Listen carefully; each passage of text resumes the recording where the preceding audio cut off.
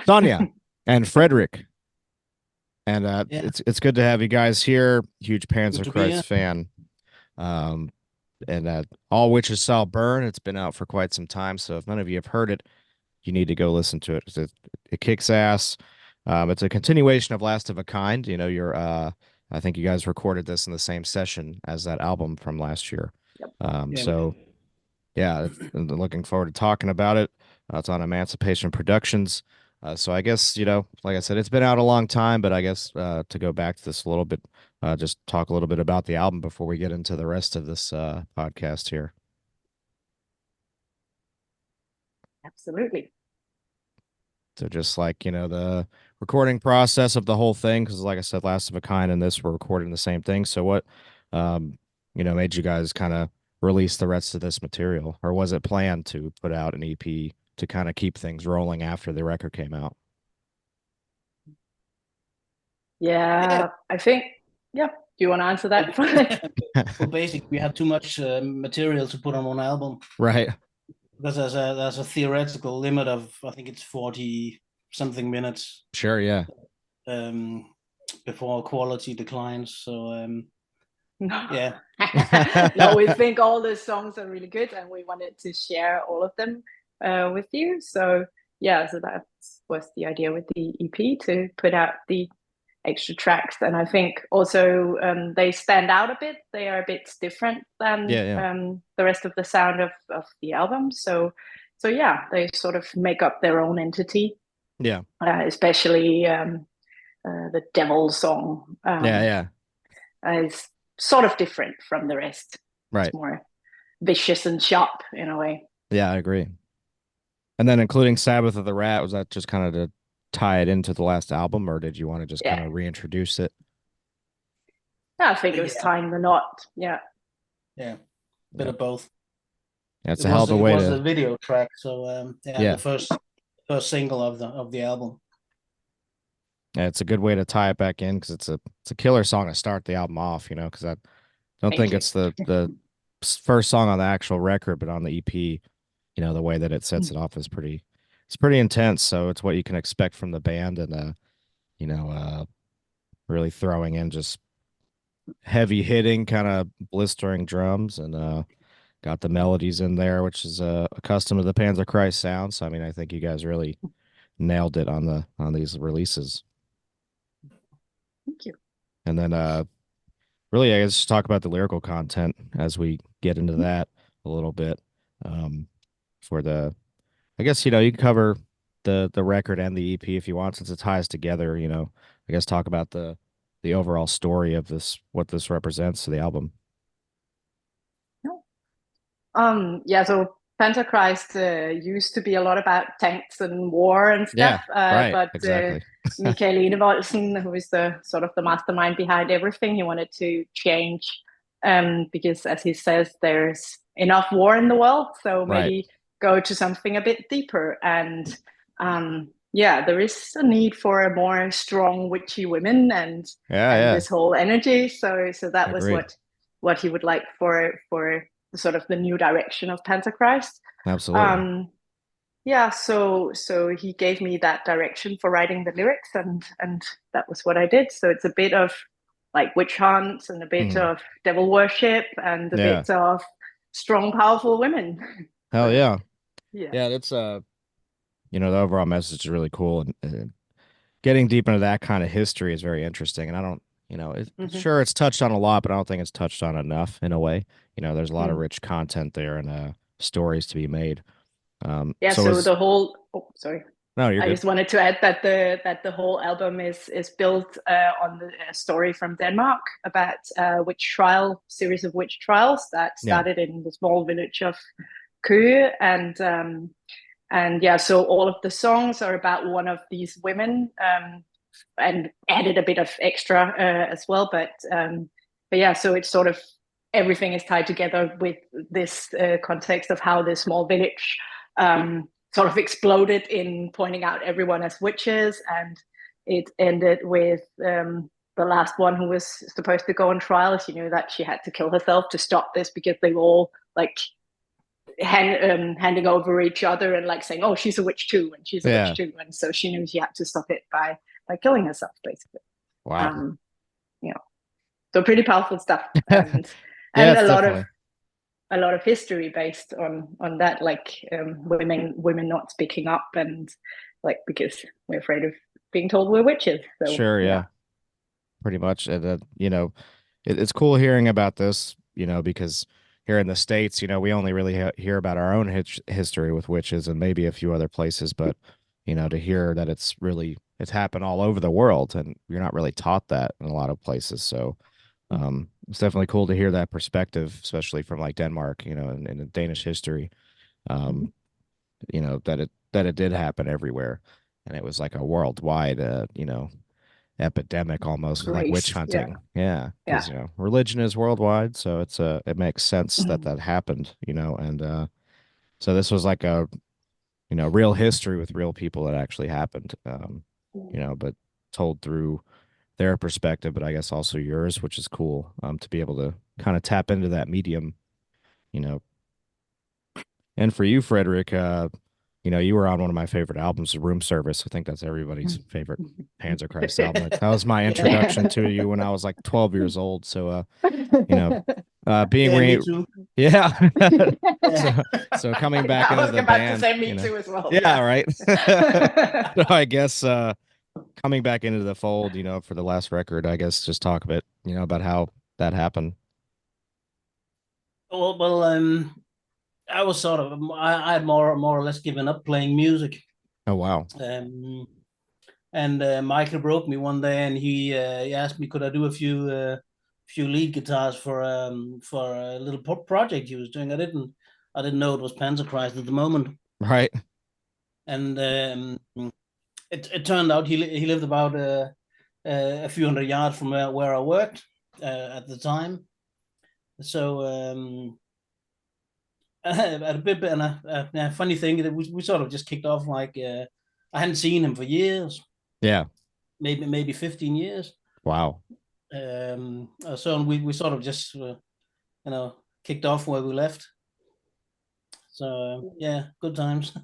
Yeah. And you're writing still young and beautiful. Shit. Yeah. Right. Still going strong, and so I guess kind of the lineup's always been changing for the band, and then I guess for you, did it seem kind of natural to come back into that and write more Panzerchrist stuff, or did you kind of just but to be fair, Michael had written most of the stuff, so true, yeah. I've added melodies and leads and stuff like that, but Michael had this idea about making this. I'm actually not quite sure that if he wanted it to be a Panzerchrist album at the moment. Yeah. So anyway, he had he had this vision of doing this very raw black metal album, which it turned out to be. It's not as death metal as, for instance, say Room Service or Battalion Beast or the albums. Most of the other Panzerchrist stuff. So and that was a conscious decision, as well as wanting to make an album like that. It's always Michael's always had this idea of not putting out the same album twice. Yeah. So and I think we can add to the story that his Xbox broke down, so that was why he started writing music again. Hey, you got to fill the time somewhere, That's we've all had the Xbox breakdown stories, when they the 360s first came out. I went through like 8 of them with the Rings of Death, so I know the pain, man. But it didn't get me to Panzerchrist, but I've gone through some Xboxes over the years myself.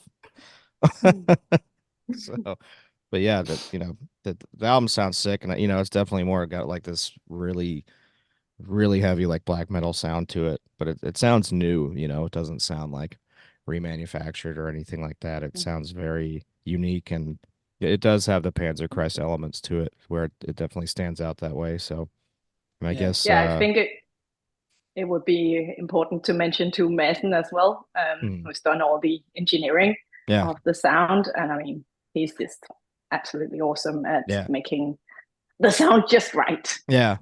So I think he did a really good job on this album. Yeah, he did. Absolutely. 100%. And then for you, Sonja, you and Danny came from an Arsenic Addict. So it was, you know, how did you guys kind of get recruited into Panzerchrist from there?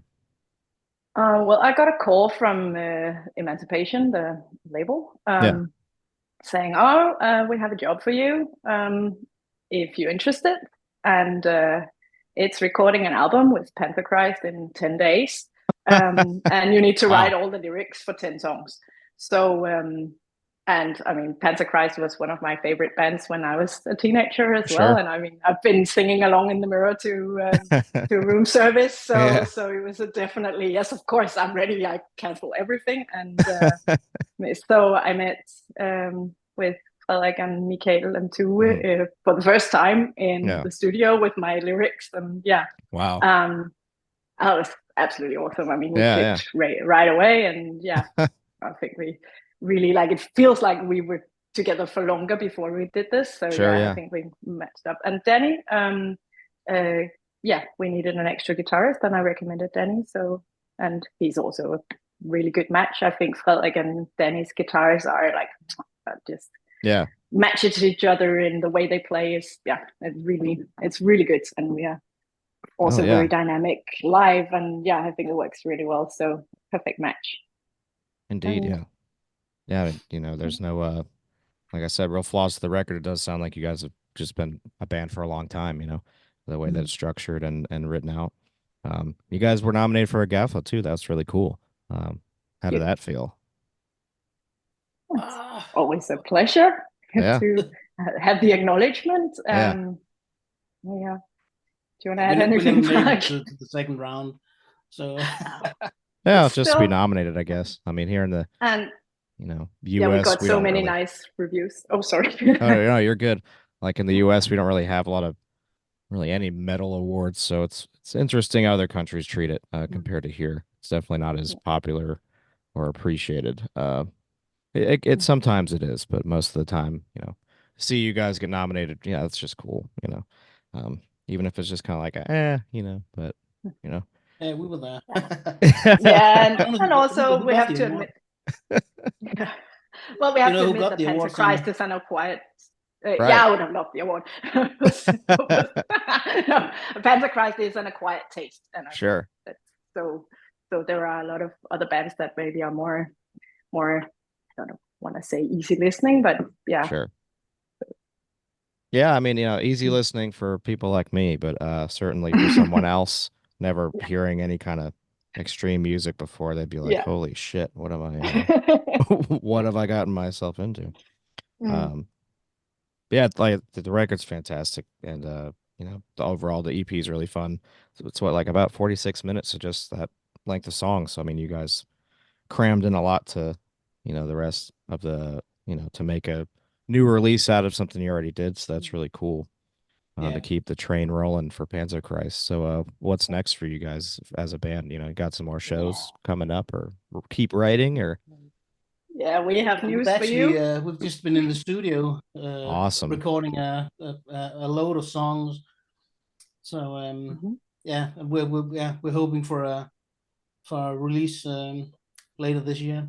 Fantastic. So we've got a new drummer on board. So oh wow, okay. Hell yeah. So, almost the younger version of Reno. Yeah. Really? No shit. Wow. Yeah, he's amazing. Even really faster. Tight and really Ove is absolutely amazing. So he was a scoop to get. And also the new songs are like even faster, even heavier, even more like it has more of a death metal vibe, but still this very blacky sound, and more range in the what's it called, BPM speed. Wow. And I'm really excited about it. It's almost impossible to wait for the release. Now we know the songs and we have them, but right, you guys have to wait. And then as far as the the concept of it, if you can even talk about it. If you can't, that's fine. But Yes. you keep the witch thing going, or you moving on to something else? Yeah, we like the witchy stuff. So yeah, Awesome. we're staying with that. So many stories to be told. Sick. So yeah, Yeah, more of that. I'm into it. Well, got new Panzerchrist on the way, so don't sleep on what they have right now. Definitely got to catch up with them. And as we said before, in terms of the musical direction, it's not the same. Well, we sort of made it the Last of a Kind album was that's as far black metal as we'll go. Yeah. For now, at least. Right. So we wanted to go sort of more death metal. So there's also a bit of old school black metal sound on the new album. Nice. And there's a lot of diversity, I think. So, yeah. Awesome. I guess it's good to, establish that strong black metal sound for this album, then kind of go more into the death metal the next one, while also amping up the black metal a little bit too. I mean, just amp up everything. All right, exactly. Yeah, that's fucking awesome. I can't wait to hear what you guys are cooking up for the new release. That sounds damn. As I said, I'm a huge fan, so anything new, I'm excited to hear it. Yeah. So I guess the next thing we talk about. Stuff coming. Oh yeah, loads. I'm excited. Yeah. And you guys got some shows coming up or anything? Appearances? Yeah, nothing announced yet, but yeah, there is stuff coming up very soon. Only Denmark, but we are hoping to go elsewhere as well. Awesome. Yeah, we are not that young anymore, so it's not like a 6 months tour with shows every day. But yeah, it would be really nice to go to the States, and also we have a lot of fans in Germany, and for sure, yeah, that could be so cool. Yeah, I got a passport now, so I'm willing to go wherever. You're so welcome. Not opposed to it. So yeah, the second half we usually talk about on this podcast is like how, death metal or just extreme music in general. We talk about death a lot and violence, and it's usually, we don't really glorify it or anything. It's just perspective and how that kind of stuff is all around us, and especially the Panzerchrist talking about war a lot, and even with these, with the witches and everything too, and how they were, wrongfully accused and executed, and all that.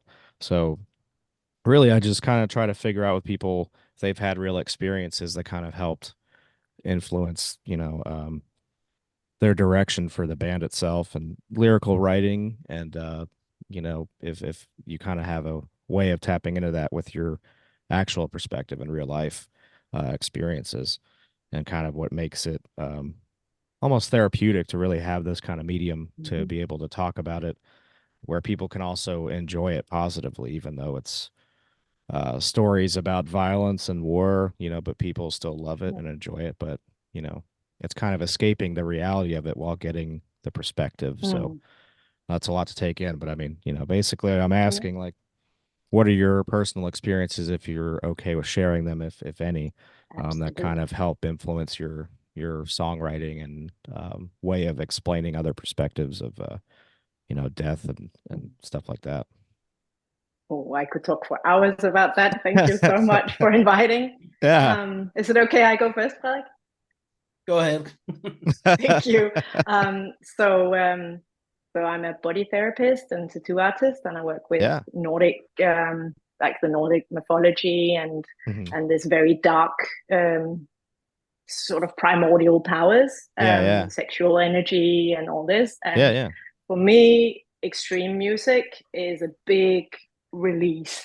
Like I love shouting at people from stage and really diving into this aggression and giving it a space. Like it's okay to feel these things. We shouldn't take it out on others, as you say. I mean, we shouldn't glorify violence, for instance, but like these are natural feelings. These are human feelings, emotions that should be processed and should have a space. And we're so mindy all the time. So like to really feel into what your body does and how this aggression and this really deep violence and big emotions, how they actually feel in you. Yeah. I mean, that's what this extreme metal does for me. Yeah. And I mean, they always say that metalheads are the most friendly and kind and helpful people that you will ever meet. And I think agree. that is because we have this outlet, that we actually embrace these emotions in a positive way. Exactly. So yeah, that's and I mean, for me, it's very present with all this witch hunts stuff, because it still influences how women are perceived in society and how we hold ourselves back. So I think it's really important to bring this up as like a collective trauma in a way that we need to heal. For like, we talk a lot about gender and stuff at the moment, and it's not really something I've like. We don't need to go into that because it's also a male issue. Like, we all have this kind of witchy energy in us, that's suppressed because of this. Right. So yeah, I think it's really important to bring these issues up and go into that anger and the grief and everything that's connected to this wound. Exactly. So, and as I say, I can talk about it for hours. So I will let Frederik take over if he has anything. Well, it's just it's an excellent topic for music. Like we play. It's I mean, it's I don't know how philosophical I am about it in that way, but it's as Sonja said. You studied English literature. Yeah, you're very philosophical. You got it. Yeah, well, it's an outlet, and it's and what I like about it, what we're doing at the moment, is that it's very conceptual, you know, as a whole, and yeah, and it's just, I mean, good fun. Yeah, death can be good fun in a way. Just, you know, not in a physical sense actually doing it, but just to be able to you know, more or less have it imaginative, and also in a perspective of someone else that has faced things like that, because we can always kind of channel it into ourselves and what we've been through, and see how they see, in a way, and then in the same right, you know, fans can listen to the lyrics themselves and see that perspective too, and kind of put it in their own perspective. Something like, you know, witch hunts are pretty intense, real history, you know, and to be able to have that really described to you, and be able to understand, you know, what those women go through and what they still do. That's, whether you're, you know, whatever your gender may be, reading that and understanding that is huge, you know, because it is real. But, you know, you put imagination into it too and make it kind of badass and fun, and you know, just to kind of escape the reality while also understanding the reality, which I think is a huge reason why extreme music is such a good thing to have around. Whether people just think it's just screaming and just loud music and nonsense, I mean, that's fine too. But you know, I think there's a lot more depth to this style of music because of how far, you know, we're willing to go as far as explaining something real, and like probably the realest things you can explain, because, you know, you hear all the stuff about love and breaking up, and you know, all the usual poppy stuff, but, you know, I think death and stuff like that needs to be talked about more, and, you know, and I think this kind of brings it more into a level of people, like, you know, fans that really understand this but can have a good time and get out their anger by you know, throwing each other around in a pit and helping each other up, having a fantastic time, kind of hurting each other, you know, but in a respectful manner. So it's always been crazy to me how I even got into this, because I was never really like the angriest kid, but I guess that's because I've always had this outlet to you know, kind of channel that out. And a lot of people have their own ways of getting out of anger. They'll go to the gym, or they'll, you know, scream on top of a mountain. I don't know what they do, but I've always had there's this, also, so I've, you know, been very and there's fortunate. also, oh, sorry, I keep interrupting you. No, there's fine. also this community in the metal scene that I think helps a lot of people, like to be able to share this experience in such a loving way. Yeah, I think that's also a part of it, a very important part of it. Absolutely. Yeah, in my I was away from the whole scene in 15 years ish, and when we started doing the shows, we did a number of festival shows in Denmark last year, and it's I've bumped into loads of people I hadn't seen for ages, and it was well, how are you doing? And just sort of just you can walk straight into it, and sort of same thing with Michael. You can just pick up where you left, really, and it's Yeah. yeah. Yeah. Yeah, it's a good feeling, I had a similar thing happen. I was out of the scenes for a long time, and just coming back, it's like I never left. Everyone was just so happy to see you, and Yeah, exactly.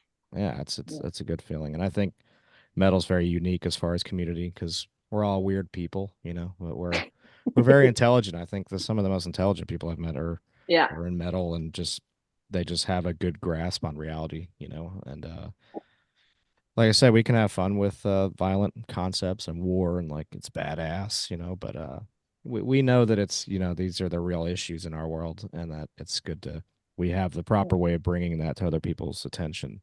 And I think that's important because, I don't think a lot of people know really how to interpret what they're seeing a lot of the time because there's just so much going on and negativity, especially now. But I think metal in the metal community, and I think that's why it goes back and forth, but I think it's getting more recognized now because this is the music that really can, like I said, interpret that kind of what's going on like the best way. And also, there's been a shift in lyrical content recently, like within the last 10 years. If you go back to 90s, it was all about slashing women and having fun with that. And now it's more like it has more of a serious twist. Like it's not like there's not this like let's go and kill a woman in a bad way. Exactly. Now it's more like the deeper meaning of this aggression. I feel, which is good.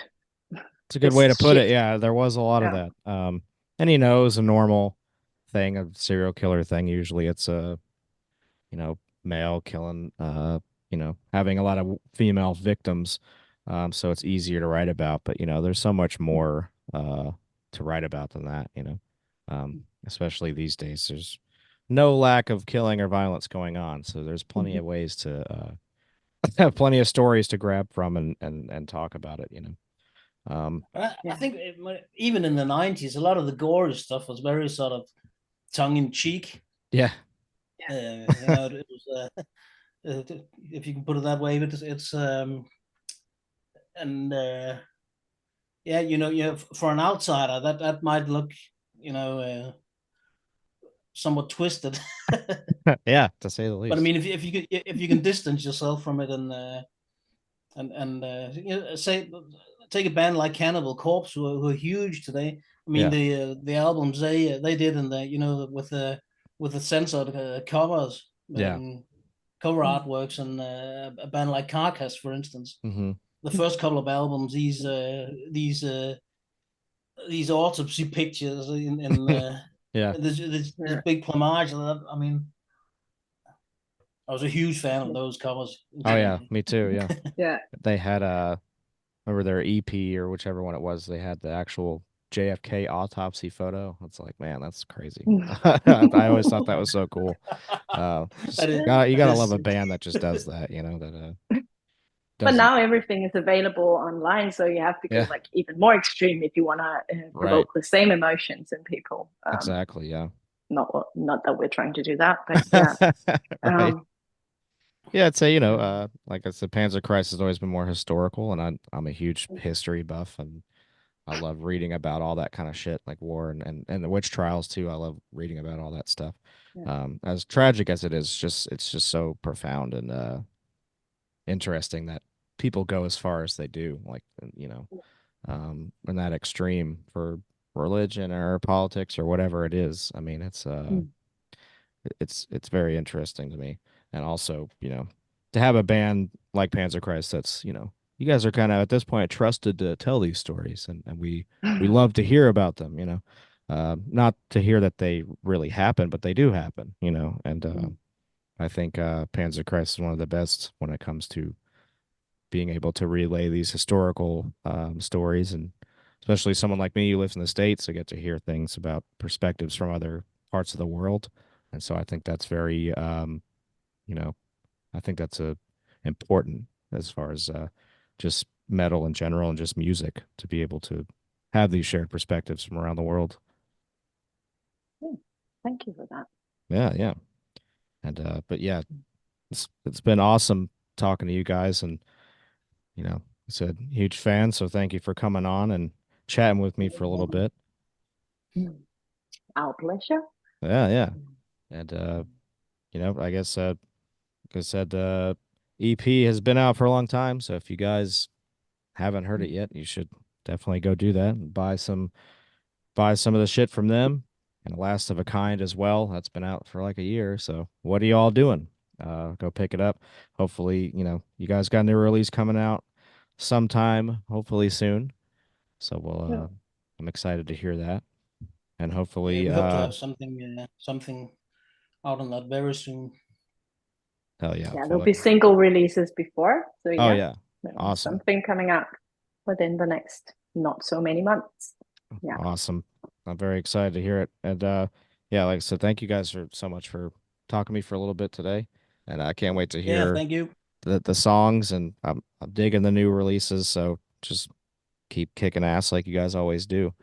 And hope to see you at a show sometime. If I have to fly out there, I'll do it. So yeah. Hope to see you then. Yeah. Yes. Thanks a lot, guys. And hopefully I have you back on for the new release. We'll stay in touch. Yeah, Awesome. sure thing. Thank you. Thank you all so much. Yeah. Cheers, y'all.